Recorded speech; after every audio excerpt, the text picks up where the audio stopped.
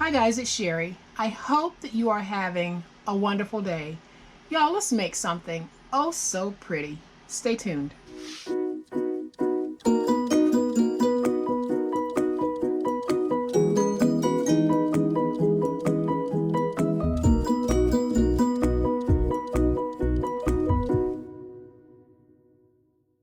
Who doesn't need beautiful packaging, right?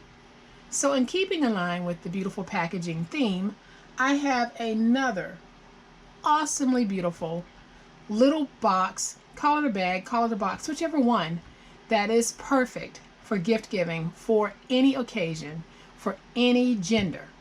And here it is, guys. Now, of course, I have this dressed up with a feminine feel to it because we are going into the wedding season. Mother's Day is right around the corner. This is some great packaging for Mother's Day, but it is this awesome bag, box, whatever you want to call it.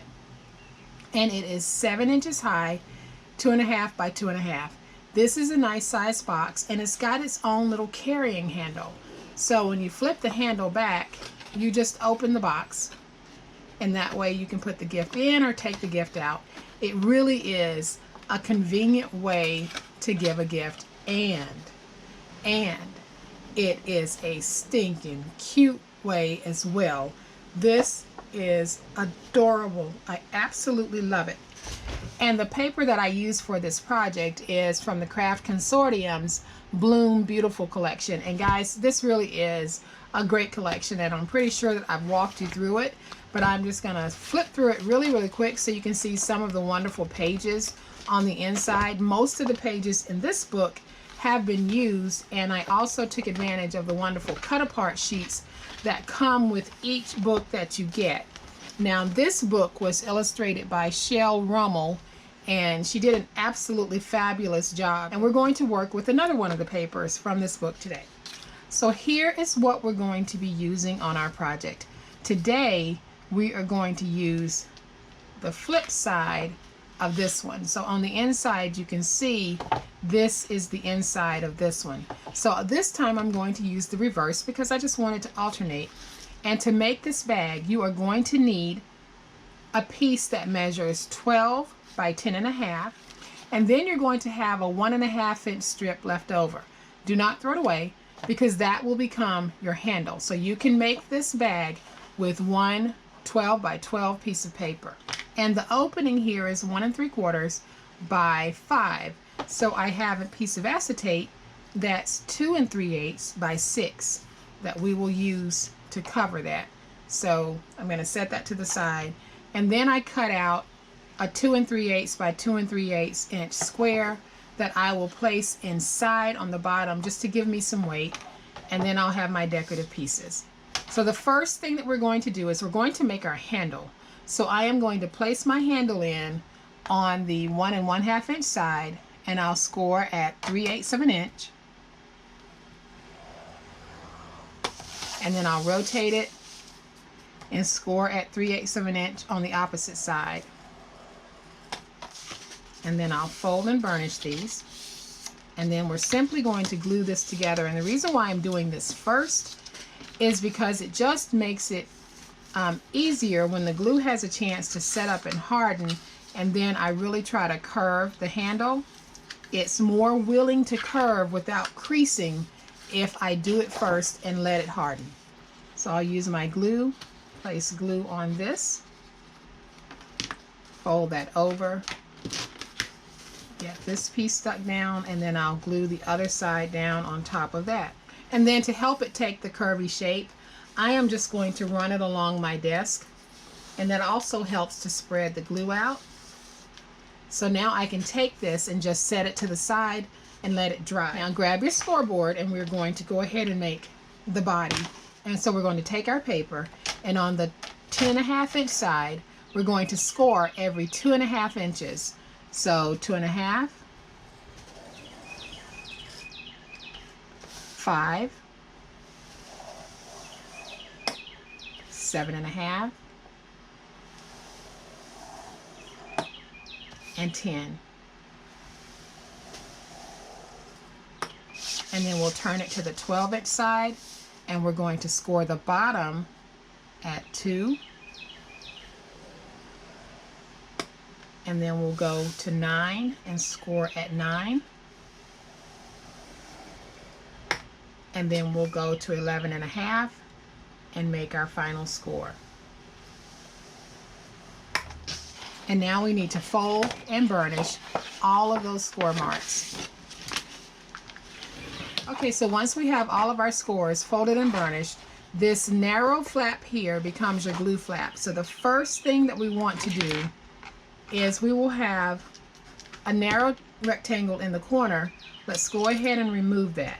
So by removing it, I am just going to angle in a little bit on that bottom panel, and then I'll remove this piece.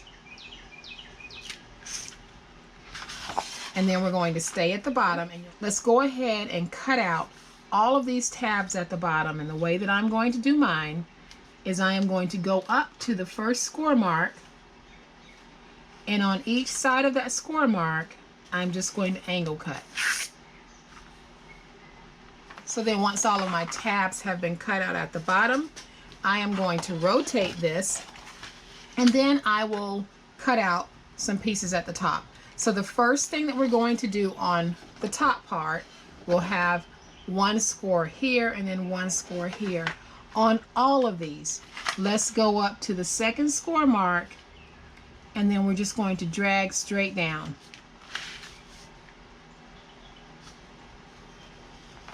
Okay, so once you've made the score coming down, this is your glue flap here.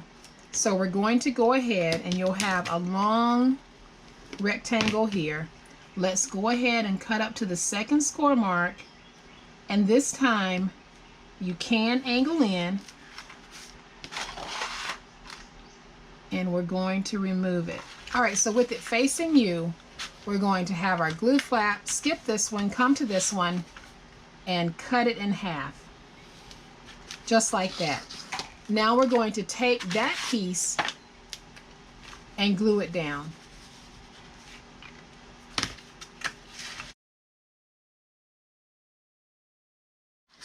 And so that just gives us a nice, clean, crisp fold-in point here, so that when we bring this piece in, it'll look real nice. And you'll see what I mean as we start to close this.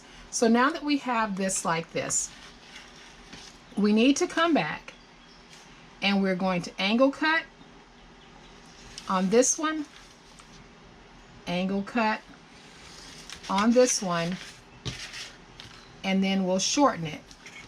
And we'll do the same thing with this one.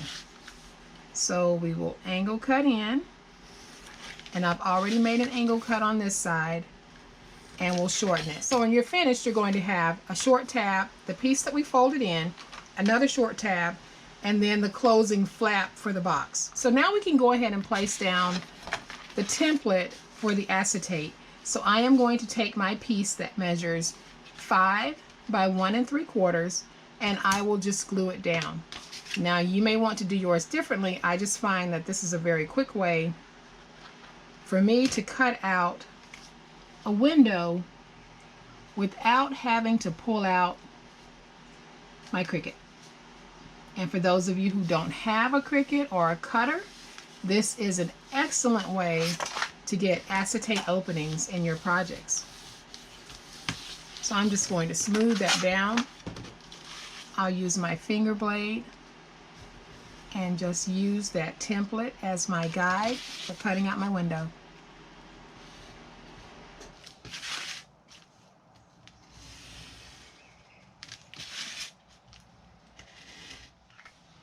And so now we have our window cut out, and I always save my templates so that I can use them on other projects. So now I'll take my piece of acetate that measures 2 3/8 by 6, and I will take my glue, and I am going to run a very thin bead of glue along the edge, and then I'll turn this. I'll take my acetate and place it down over my opening, and then I'll use my paper towel to basically just push that glue away from the opening of the window. And then I'll use my bone folder just to go over everything and make sure that it's nice and stuck. And now that I have my acetate window in, I can go ahead and put my box together. So before we put the box together, you'll notice that it will be a flat fold box, and you can make these in bunches and just put them to the side until you're ready to use them. So I'll use my glue flap, place glue on that, and then I'm just going to get the two of these matched, and then I'll use my bone folder just to get everything nice and stuck. And again, you can see we've got a beautiful flat fold acetate box. So the first thing that I need to do is I need to notch out just a small sliver on my corner. If you have a corner rounding punch, this works perfect for that. But this will just make it easier to get that folded in. So I've got that tucked in. Now I can put my box together.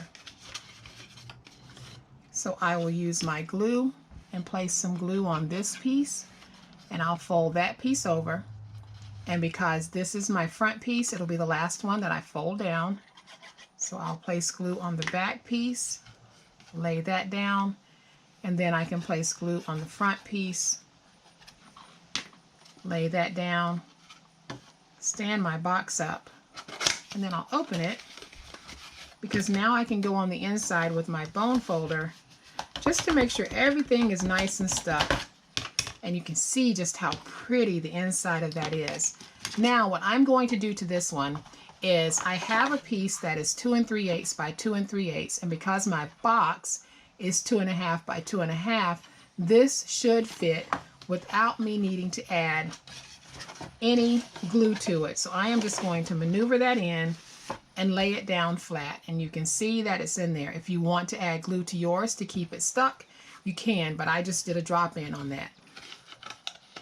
So now let's close that, and you can see just how pretty that little box is. I love it. So now I am going to bring in my crocodile so that I can attach my handle.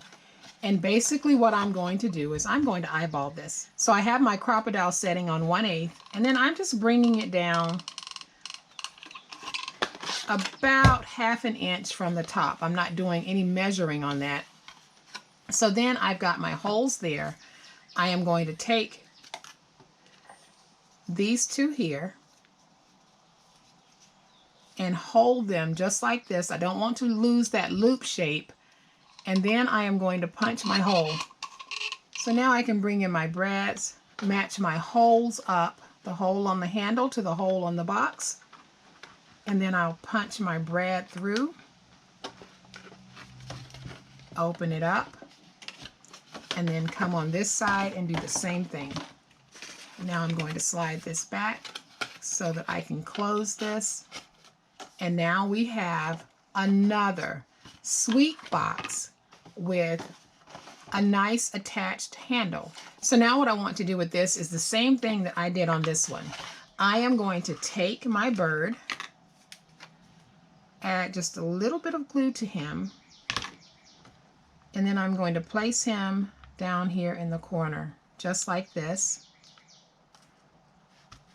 And then I'm going to add just a little dot of glue right there, because I have a gem that I now want to place down. And now I'll take this and I'm going to add some glue to the back, and I'm using reptile glue. And now I can take this and I am going to position it just like this on this one. So now we have another gorgeous packaging idea that we can use to gift for any occasion. All you need to do is swap out the papers, and this bag slash box becomes the perfect little bag for gifting. And I am going to bring the other one back in, and I'm trying to move these out of the way so that my overhead lights don't actually interfere with how gorgeous these are. But I am going to hold these up so that y'all can see just how pretty they really are. So guys, I hope that you have liked this project. And if you have, please hit the like button. If you are not a subscriber to my channel, I would love to have you join my online crafting family. You guys, have a great day. Happy crafting, and we'll chat later. Bye.